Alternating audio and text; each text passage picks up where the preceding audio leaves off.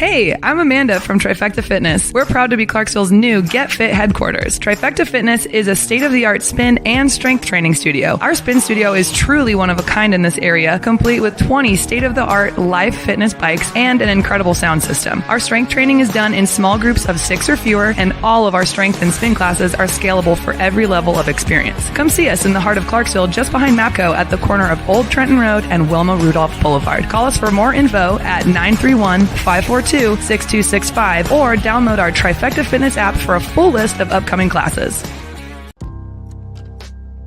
In October 2019, Arlington, Texas was chosen to be the home of a new national museum, unlike any other. The National Medal of Honor Museum will be a unique home of military history. The 100,000 square foot museum will house exhibits, archives, and artifacts relating to the 3,500 U.S. troops who have been awarded the medal, the nation's highest honor for valor in combat. The museum will have 31,000 square feet of galleries dedicated to U.S. troops who have received the award. The museum CEO, former Navy SEAL and NASA astronaut Chris Cassidy, said the museum will focus on education as much as preservation. The building will have 5 areas dedicated to Medal of Honor winners from the Army, Marine Corps, Navy, Air Force, and Coast Guard. The main gallery will be located in a central plaza under a 25,000 square foot slab of steel, which will appear to be suspended in midair. It will be supported by 5 pillars. Black Rifle Coffee is a corporate sponsor of the museum, as are the Dallas Cowboys. The museum's board also includes over a dozen major corporations and 6 Medal of Honor recipients, including David Bellavia, Patrick Brady, and Britt Slabinski. Army Staff Sergeant Bellavia was awarded the medal for clearing an entire house by himself on November 10, 2004, as a squad leader in support of Operation Phantom Fury in Fallujah, Iraq. He killed 4 enemy fighters and wounded a 5th in close quarters battle. Army Major General Brady flew and coordinated the evacuation of 51 seriously wounded men during a firefight in Vietnam in January 1968. Slabinski, a Navy SEAL chief and team leader, led a rescue team of SEALs during Operation Anaconda in Afghanistan in March 2002. Slabinski and his team flew to a mountaintop ambush site to rescue Petty Officer First Class Neil Roberts, who had fallen from the back of a helicopter. Slabinski led the team through almost constant combat against an entrenched Taliban force. Along with the board members, former presidents Jimmy Carter, Bill Clinton, George W. Bush, and Barack Obama serve as honorary directors. The museum is expected to open to the public in late 2024. All right. Welcome back. Misfit Nation. Misfit Nation. The Misfit Nation Show. We are a show founded by a veteran and hosted by 2 veterans and a military spouse. Our mission is to get people to tell their stories to the world. If you're an author, share your tips with the Misfit Nation. If you're a musician or an actor, our audience needs to know how they too can get into the business. Coaches, we love our coaches. Come on and share your tips with the Misfit Nation to help them become better versions of themselves. If you are a corporate leader or an entrepreneur, come on and show how you did it and how hard you have fought for success. If you are a veteran, first responder, or Gold Star family, we would love to have you come on and share your story with the Misfit Nation. We always have time for you. If you're feeling down, alone, or starting to see the darkness, stop. Think about those who are around you. You are not alone. You will be missed. If you feel like your problems will be a burden to those in your inner circle or feel embarrassed, dial 988. If you are a veteran, take option 1. We need you to keep pushing forward. Don't make a permanent solution to a temporary problem. If you are a new listener, welcome to the Misfit Nation Show. Be sure to subscribe to our show on your favorite podcast app. Also on our YouTube channel at @the_Misfit Nation. Subscribe and click the bell to keep you up to date on our latest episodes and all of our news. You can also find us on Heroes Media Group and About Face Radio. Now, let's get to the show!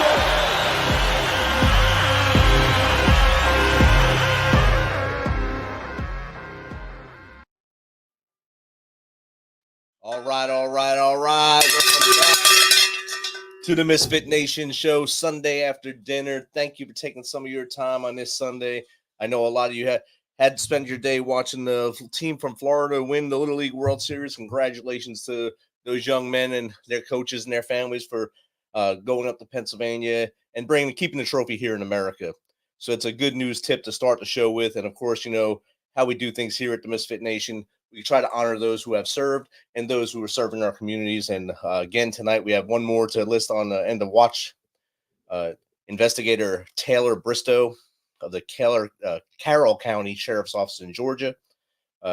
His end of watch was August 23rd, 2024. Keep his peers, his family, and friends in your thoughts and prayers as they go through this tough time. 3 years ago, tomorrow, our nation let their guard down through strategic errors, and we lost 13 brave warriors at Abbey Gate in Afghanistan. It was an embarrassing mark for all of us who served there. It ticked a lot of us off, and it still does. It's 3 years now, and I'm going to say the names to them young men and women who we lost that day. Marine Corps Staff Sergeant Darren T. Hoover, 31, Salt Lake City, Utah. Marine Corps Sergeant Johanny Rosario Pichardo, 25, of Lawrence, Massachusetts. Marine Corps Sergeant Nicole L.G., 23, of Sacramento, California. Marine Corps Corporal Hunter Lopez, 22, of Indio, California. Marine Corps Corporal Dagan W. Page, 23, of Omaha, Nebraska. Marine Corps Corporal Humberto A. Sanchez, 22, of Logansport, Indiana. Marine Corps Lance Corporal David L. Espinoza, 20, of Rio Bravo, Texas. Marine Corps Lance Corporal Jared M. Schmitz, 20, of St. Charles, Missouri. Marine Corps Lance Corporal Riley J. McCullum, 20, of Jackson, Wyoming. Marine Corps Lance Corporal Dylan R. Marola, 20, of Rancho Cucamonga, California. Marine Corps Lance Corporal Kareem M. Nikori, 20, of Norco, California. Navy Hospitalman Maxton W. Soviak, 22, of Berlin Heights, Ohio. And Army Staff Sergeant Ryan C. Nouse, 23, from right here in Corrington, Tennessee. Keep those brave service members' families in your thoughts today as that you go through your day and think about what those families have gone through the last 3 years, wondering the whys, the hows, and they're not coming home. So I know I brought you down with a lot of the stuff right there. So I'm going to try to bring you back up here as I introduce our next guest. He's the founder of North Square Capital, a privately held real estate investment firm in Boston, Massachusetts. He spent numerous years at Columbia Threadneedle Investments, a prominent global asset management company. During this time, he collaborated with financial advisors and their teams, overseeing assets ranging from $20 million to over $3 billion. However, he couldn't help but notice that these highly successful teams operated in isolation. They rarely shared new ideas or strategies that could benefit a more sophisticated audience, like several of his relatives who dedicated their lives to medicine. He saw how the financial services industry poorly served them. This is when he discovered a financial secret. His mission is to help medical professionals buy back their time, expand their wealth, and redirect their funds from Wall Street to Main Street through passive real estate opportunities. So without further ado, let's welcome Rob Natale, founder of North Square Capital. Welcome, Rob. Hey, Rich. Thanks for having me on. Thank you for your service, and thank you for those that have served and those who have passed. Appreciate that, Rob. Rob, no, I gave basically your 30-second elevator speech right there. I gave about you right there. If you don't mind, go a little deeper into as far back as you want to go to how we got to where we are today. Yeah. So for me, Rich, you touched on it. Like I said, I used to be in the financial services industry, working at a company based in Boston called Columbia Threadneedle Investments. So my job was working with financial advisors out in the Pacific Northwest, so Washington State, Oregon, and Alaska. Based in Boston, and travel out to the territory maybe for a week at a time, every 2 to 3 months out of the year.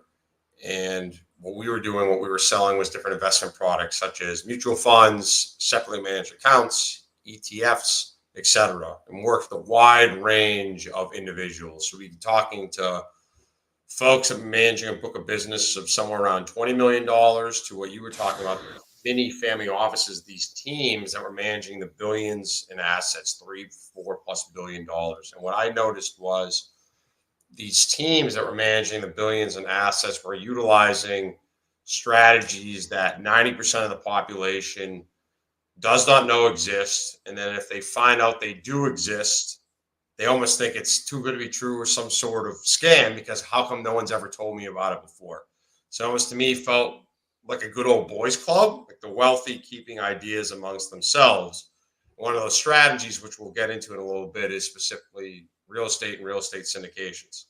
So that was one thing I noticed. And then I would talk, which is a huge 180 from the medical industry and healthcare professionals. So I had 3 family members who were and are medical professionals. And in that world where a discovery is made for the betterment of all, that information is disseminated out to the masses. So it's a pretty striking difference between the two.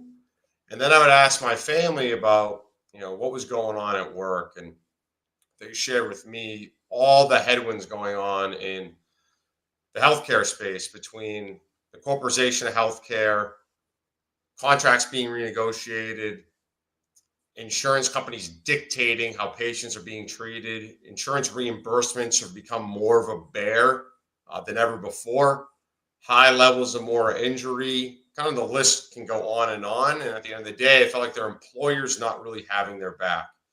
And then I would ask, what's your financial advisor doing for you? And it was very much a cookie cutter type of approach, where it was a 60-40 portfolio, 60% stocks, 40% bonds, and they're collecting an asset under management fee of somewhere around 1%. And if the market goes down, it's more or less, hey, we're going to buy and hold and just even Steven.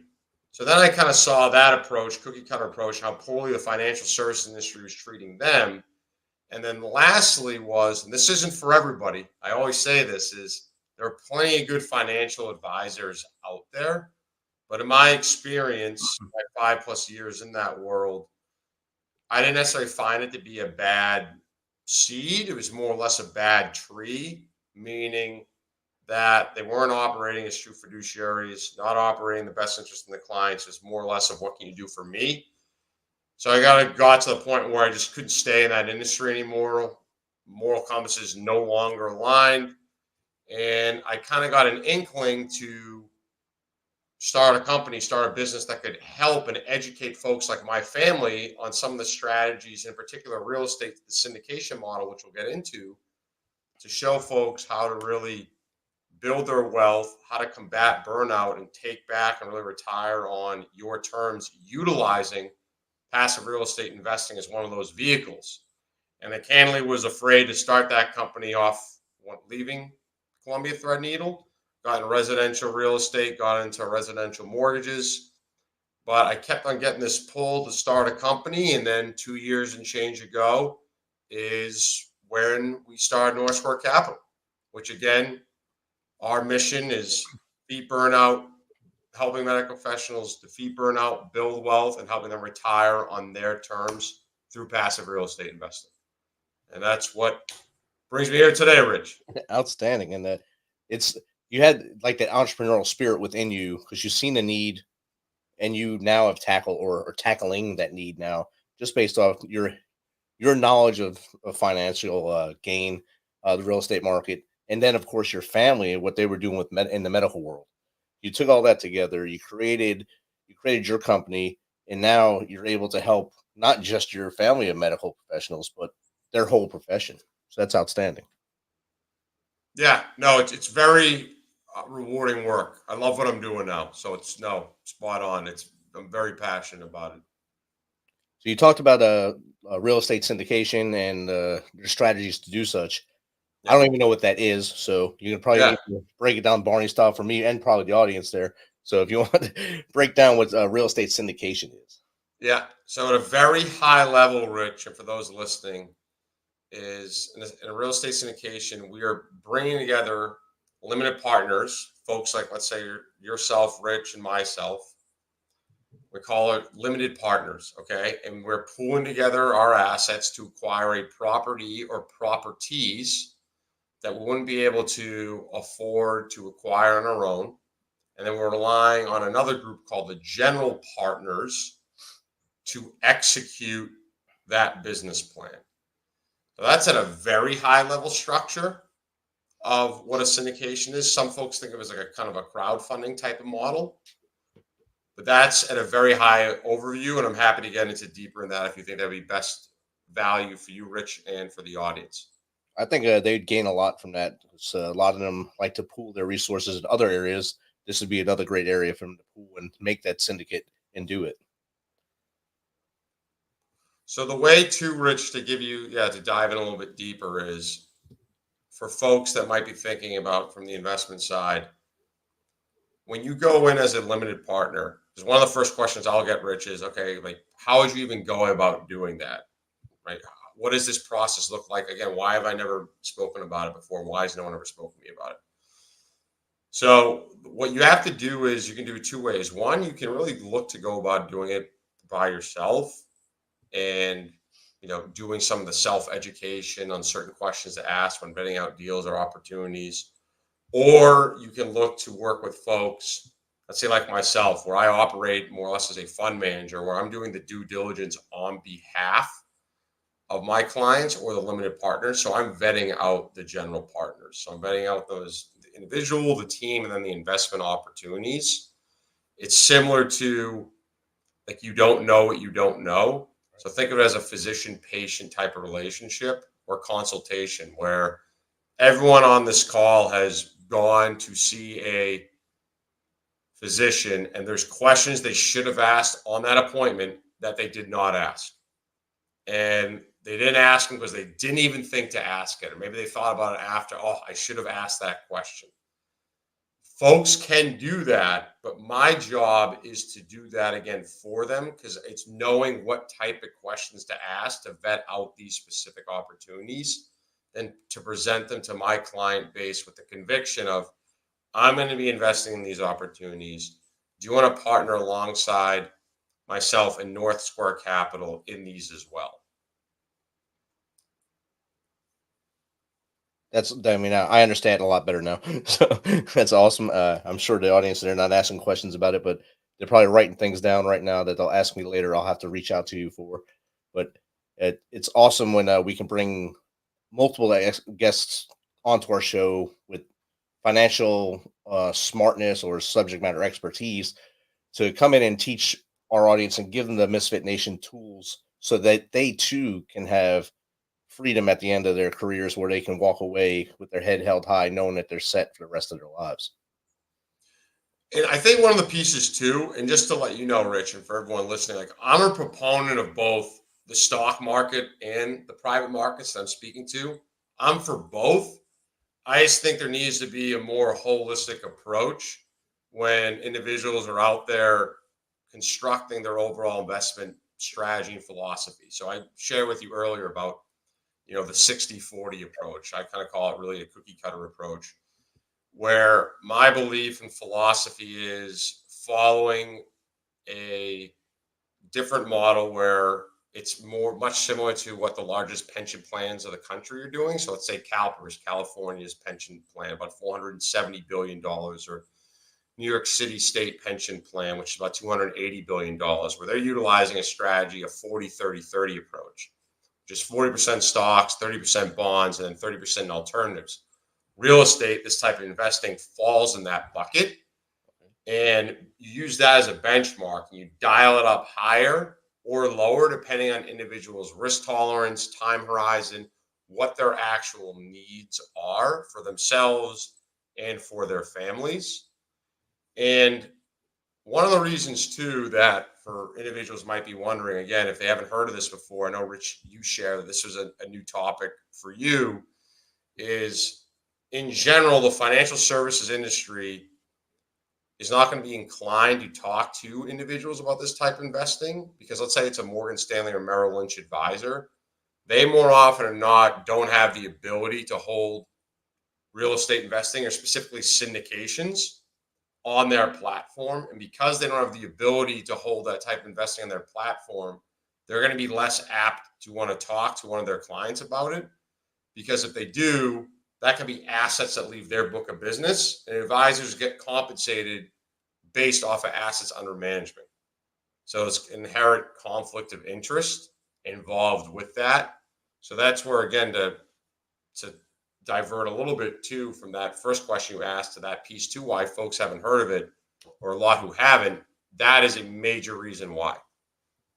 That's understandable. And you, like you said, their plate's aimed at one thing, and that's what they do. You can ask anyone in the audience if they've went to a financial advisor, what did they try to coach them on? And most times they'll try to get you to buy insurance, and then of course an investment strategy later. And that kind of makes you get that sour taste in your mouth about using an advisor, because you don't want to go get insurance. You already think you have enough of that. You want to have investments that will make you money, not just pay someone to get a commission on insurance sales. So adding another thing to the plate, like real estate, and learning that how much you can make doing real estate, and getting involved with bigger parts of the real estate business will really help the audience, and I guess in leaps and bounds to get ahead of themselves now. Yeah, and there's two things. So I'll add something a little bit different too with regard. I'm going to answer two things. One, for anyone who has an advisor, is looking to vet an advisor, I think the first question they should ask, he or she, is, do you follow the fiduciary standard? Are you actual fiduciary, or do you follow the suitability standard? So the difference between the two is the suitability standards, they can recommend and put you in an investment that could be a fit for what you're looking to do, but it doesn't necessarily have to be the best option for you. I encountered that quite a bit when I was working at Columbia, where the fiduciary standards, when they are truly operating in the best interest for you and for what you're looking to accomplish. The other piece too for your audience, that a term that some might be familiar with is, and Rich, I'll ask you too, are you familiar with the terminology a REIT, or a real estate investment trust? No, I'm not.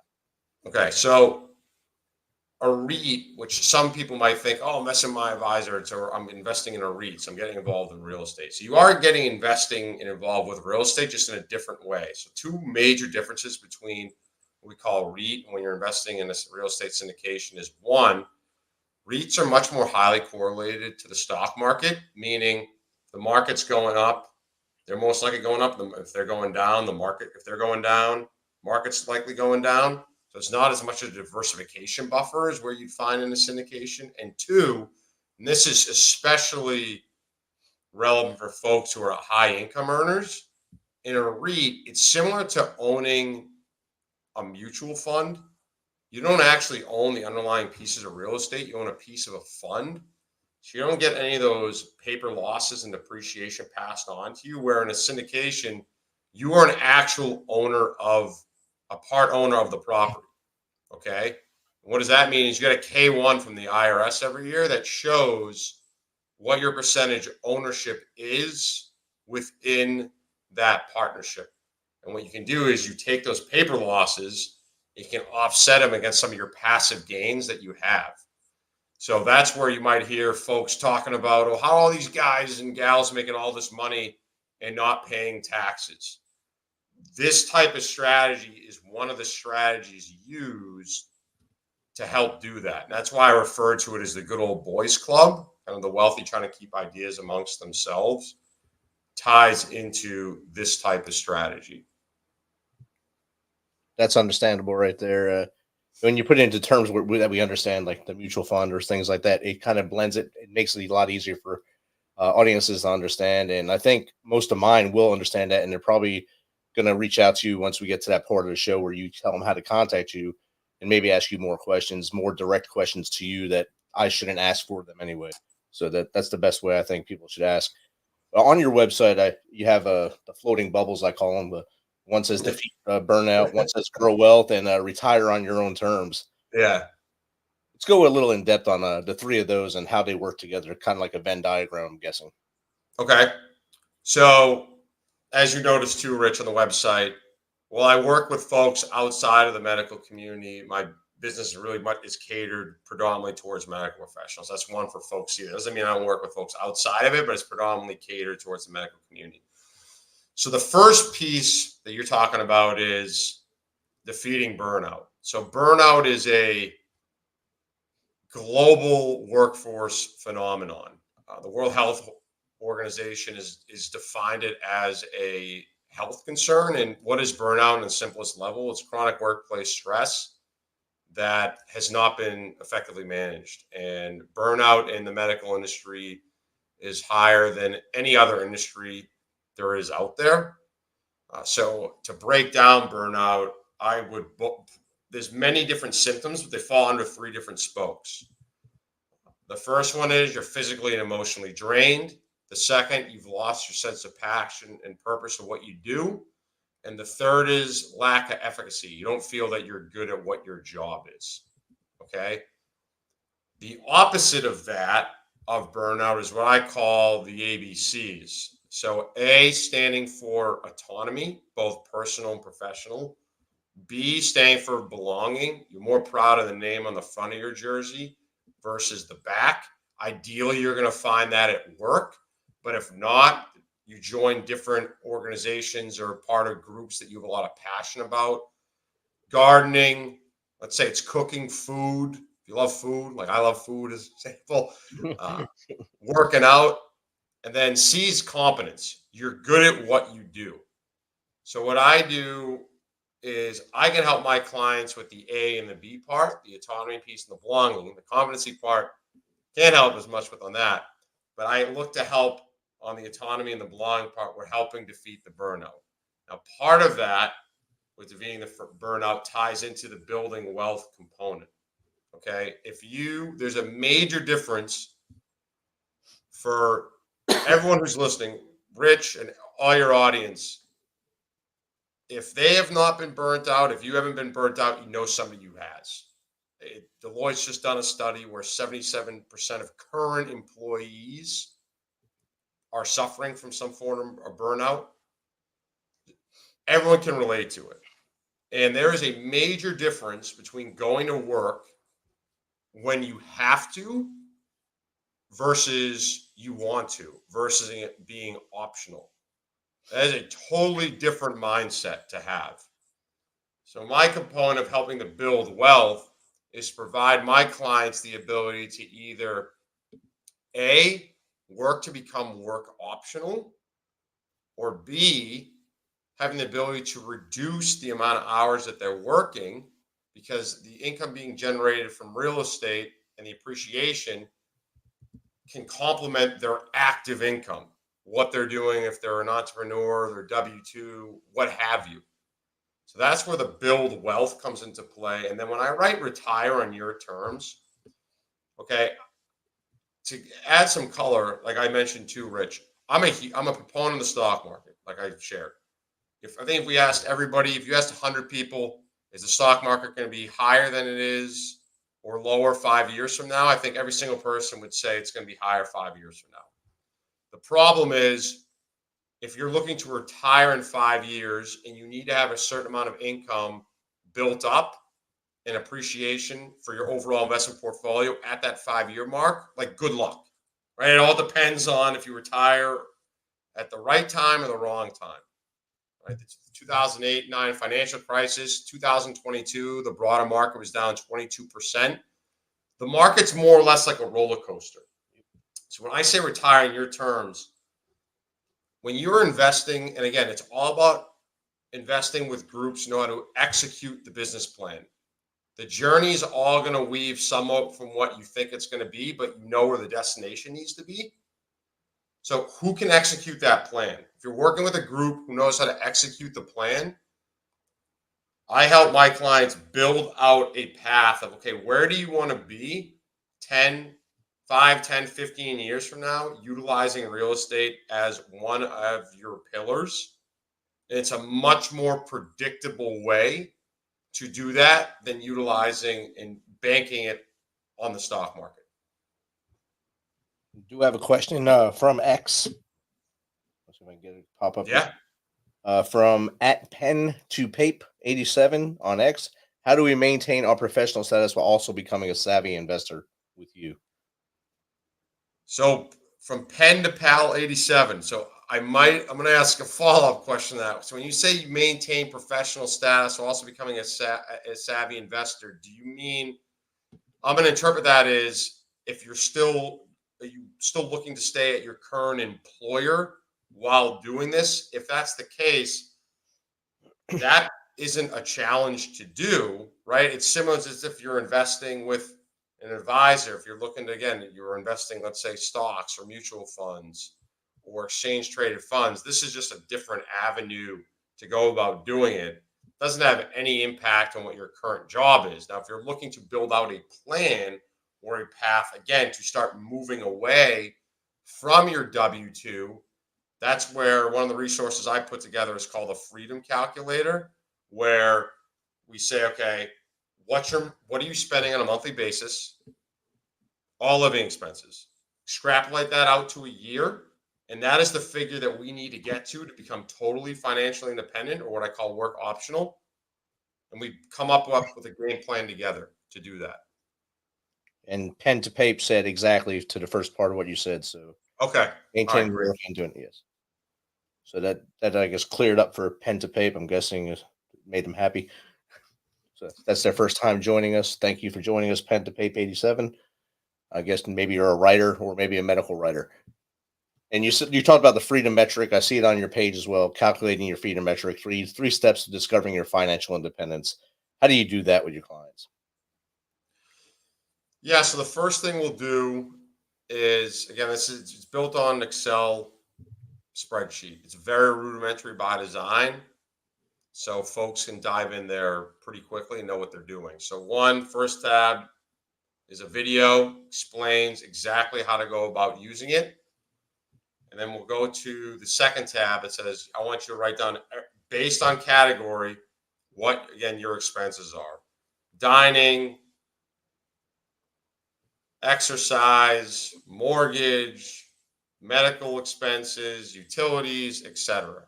Okay, student loans, you calculate that out. And then once you take that figure, let's say, just for even numbers purposes, let's just say it's $10,000. That's your living expenses.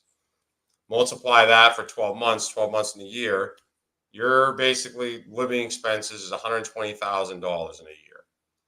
So in order to become work optional, you need to be generating $120,000 in passive income to become what I call financially free or financially independent. And now that last tab, that's where we play with different investment scenarios, and we use assumptions for the investments of what the returns look like. And then that can show you, if I invest this much on this specific period of time, how long it will take me to get to this number. That makes Excel makes it a lot easier, and plus having you with the step-by-step stuff in there will really help the person who's not savvy with that stuff, but are savvy with the spreadsheet, to get things going in the right direction and be able to see that number right in front of them and say, this is what I need to do now in order to be where I want to be in 5 to 10, 15 years from now. Correct. And also seeing on your website, you also have an actual checklist for burnout, which audience, if you go to the website and see that, it's probably, I think, 2/3 down the website. There's an actual checklist to see if you are in burnout stages or starting to burn out where you are in life at your career. And I think that can go into any career, not just medical as well. Correct. Oh, yeah. So for that, and again, like I said, to reiterate too, it's burnout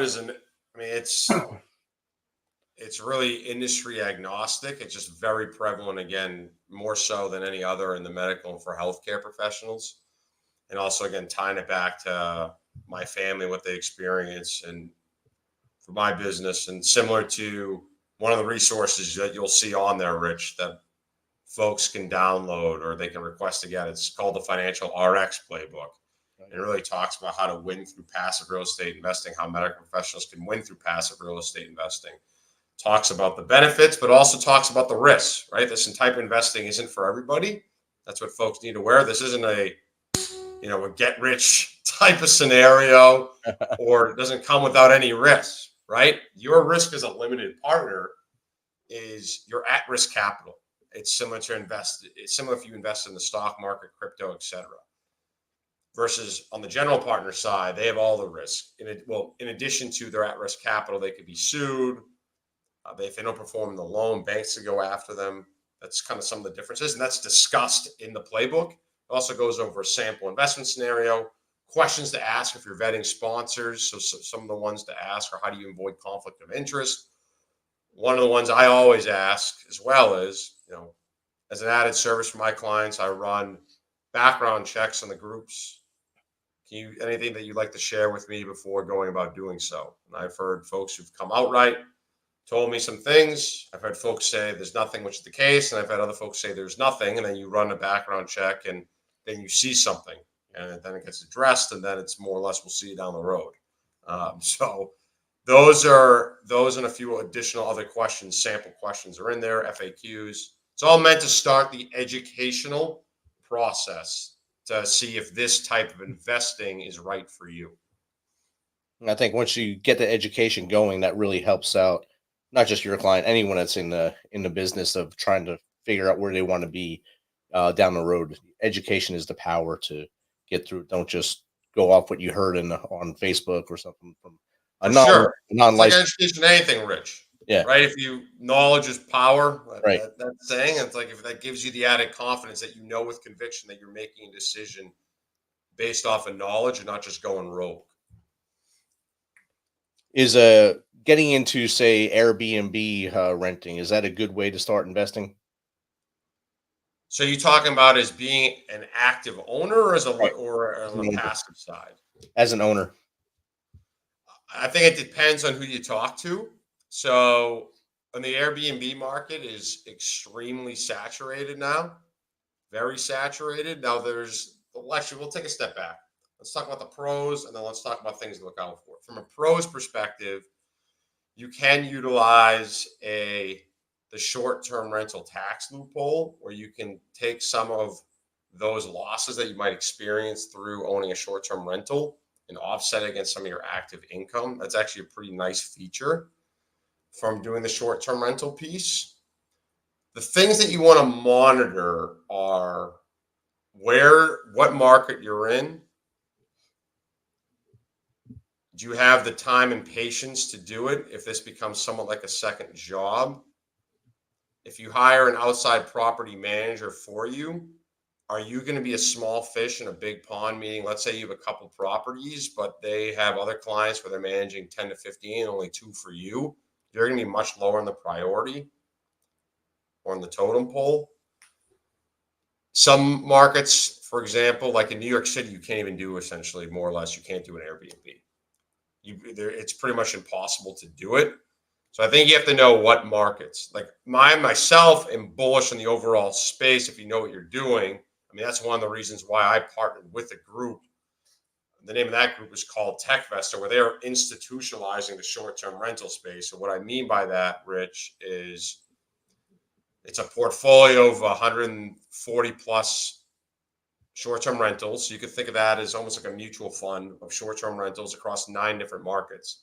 And some of the features that we focus and look for are in areas where the taxable revenue that's coming from those properties is very important to the area. So let's say like the Poconos as an example. 2, looking at markets where short-term rentals are already written in legislation and the Phoenix, Scottsdale area. And 3, avoiding major markets like a Boston, like a New York, again, which you can't even do anymore, or Miami. And instead of focusing again on the Poconos, Clearwater, Florida, Virginia Beach, etc. And also focusing on 4+ bedroom properties that don't really compete with hotels. That's very high level. We get it's a totally separate, deeper in the weeds conversation. But at the end of the day, I'm bullish on the Airbnb space if you know what you're doing, where to buy, how to buy. Okay, that makes a lot of sense. And yeah, you are right. From the first time I stayed in Airbnb till now, it's a lot more people are in the market now, renting out their bedrooms or whole houses at this time. And it's everywhere. Everywhere you look, even in our little rural area here now, we have people Airbnb-ing their houses, and people are staying in them. So I guess it works at some point. At Leah Wright, also on X, wants to know if you work with med professionals outside the United States. We can. It's a much more intricate process as far from a paperwork perspective, but we can. Okay. Hopefully that appeases Leah. And if you can give the audience 3 bits of advice to start this journey to get to that financial freedom, be able to retire on their own terms, what would that be? So one would be starting why you want to do it in the first place. I think knowing what your why is very powerful, right? Okay, you want to get financially independent. What do you want to do? You want to travel? You want to spend time with family? You want to focus much more on philanthropic missions? I would say that's number one, is determine what your why is. And then everything is going to dovetail off of that. The second piece is, once you discover your why, is to get an understanding of if this type of investing is a right fit for you. So what I always do, whether you speak with someone else, you speak with me, I always conduct initial consultation calls. They're scheduled for 30 minutes, usually, but we always give a 15-minute buffer. And the whole goal, again, is, think of this analogy of physician-patient relationship, where you're the patient, I'm the physician. I'm going to be asking questions to try to diagnose what's the problem, how long has it been going on for, and and see if I can be the person that can be the one to help. Okay, if we determine together that I can be a person that can help what you want to achieve, then fantastic, right? But then if we don't, then I want to refer you, at least look to put you in touch with somebody else that can help you. Either way, when I speak to somebody, I want there to be a direction decided and help can be provided in either direction. And the last really step, what tied into that, is then it's the education. If you determine, okay, this is something that I feel could be a help to me, education. It's podcasts, it's reading, talking to other folks who have been investing, educational resources, whether that be LinkedIn. I have educational resources I can provide to you, and outside educational sources, right? So you don't have to just take my word for it. You can take it from others too. And then once there's confidence, say, hey, Rob, like, what type of investment opportunities are there? Then we have a discussion together to determine if these specific type of investment opportunities are a fit for where you want to go. Is cash flow most important to you? Is it appreciation? Is it tax benefits? And then we determine together if this can start getting you on that path. Awesome. Those are the three great tips. I put them all in the chat as you were saying it in order. So hopefully I typed everything correctly and spelled everything correctly this time. Don't get the grammar Nazis on me today. Tell me I did something wrong. Rob, how does someone get in contact with you? What's the best way to get in contact with you to maybe jump in with you and see if you can help them get to that point in their life? Yeah, the easiest place, Rich, is just through my website, northsquarecapital.com. So www.northsquarecapital.com. They have a place to contact me. All my socials, which I'm pretty active on, are going to be even at the bottom of the website. There'll be a place to schedule a call as well. So I'd use that as the umbrella, the overall, and then you can find all sorts of different ways to contact me from there. Awesome. Rob, this has been great chat with you tonight.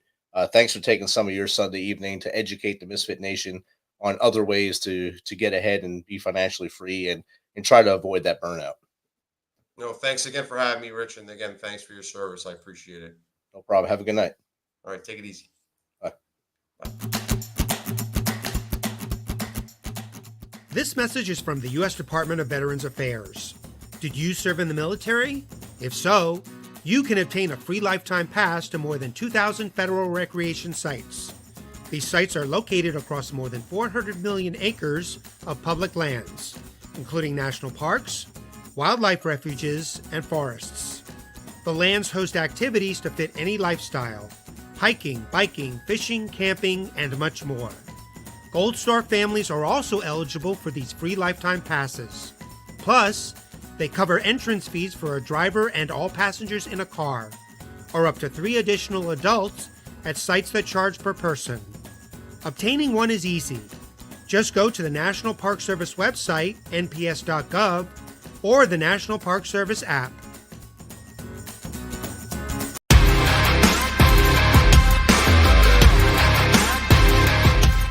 Thanks for checking us out and being a part of the Misfit Nation show. Don't forget to visit our website at themisfitnation.com. That's themisfitnation.com. Check out all our past episodes and get some of the great Misfit Nation gear for you and your family. As always, be humble, stay hungry, and keep hustling because we are Misfit Nation. Misfit Nation.